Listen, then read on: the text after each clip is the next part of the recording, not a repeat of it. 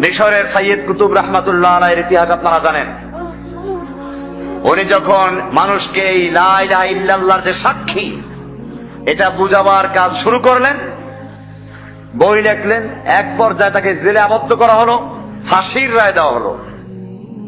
ওনার জীবনীতে এসেছে রাতের বেলায় একজন আসলেন মৌলভী সাহেব ওনাকে তওবা পড়াবার জন্য। সাইয়েদ কুতুব রহমাতুল্লাহ আলাইহি জিজ্ঞেস করলেন, আপনি কি? বলে, আমি এই জেলখানা মসজিদের ইমাম সাহেব।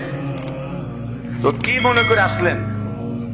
বলে, আসলাম আপনার তো আগামীকাল ফাঁসি হতে যাচ্ছে, আর নিয়ম হলো কোন মুসলমানদের ফাঁসির আগে তাদেরকে কালেমা পড়ানো হয়, তওবা করানো হয়। উনি বললেন, তুমি কি কালেমা পড়াও? একটু পড়ো তো, কেমনে পড়াও?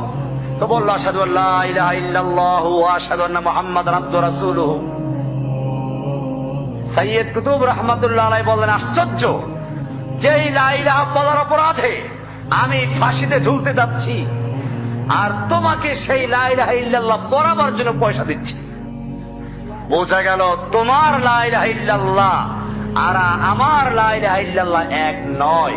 তোমার লা ইলাহা ইল্লাল্লাহ তাগুতের থেকে পয়সা দেয়, আর আমার লা ইলাহা ইল্লাল্লাহ তাগুতের ফাঁসিতে ঝুলায়। তোমার লা ইলাহা ইল্লাল্লাহ আমার পড়া দরকার নাই, তুমি নিজে গিয়ে ঠিক করে পড়ো।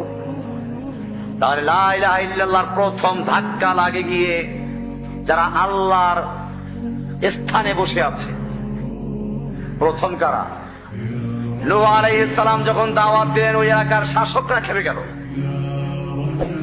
ইব্রাহিম আলাইহিস সালাম যখন লা ইলাহা ঘোষণা করলেন, তৎকালীন সমাজের শাসক গোষ্ঠী খেপে গেল, নমরুদ খেপে গেল। মূসা আলাইহিস সালাম যখন দাওয়াত দিলেন, লা ইলাহা ইল্লাল্লাহ দাওয়াত দিলেন, ফিরআউন খেপে গেল। আমাদের রাসূল সাল্লাল্লাহু আলাইহি ওয়াসাল্লাম যখন দাওয়াত দিলেন, তৎকালীন মক্কার নেতা আবু জাহল, আবু লাহাবরা খেপে গেল। বোঝা গেল লা ইলাহার মানে হচ্ছে আল্লাহ ছাড়া অন্য কারো আমরা গোলাম হয়ে থাকবো না, আল্লাহ ছাড়া কারো বিধান মানবো না, আল্লাহ ছাড়া কাউকে ক্ষমতার মালিক মানবো না। সমস্ত ক্ষমতার মালিক কে?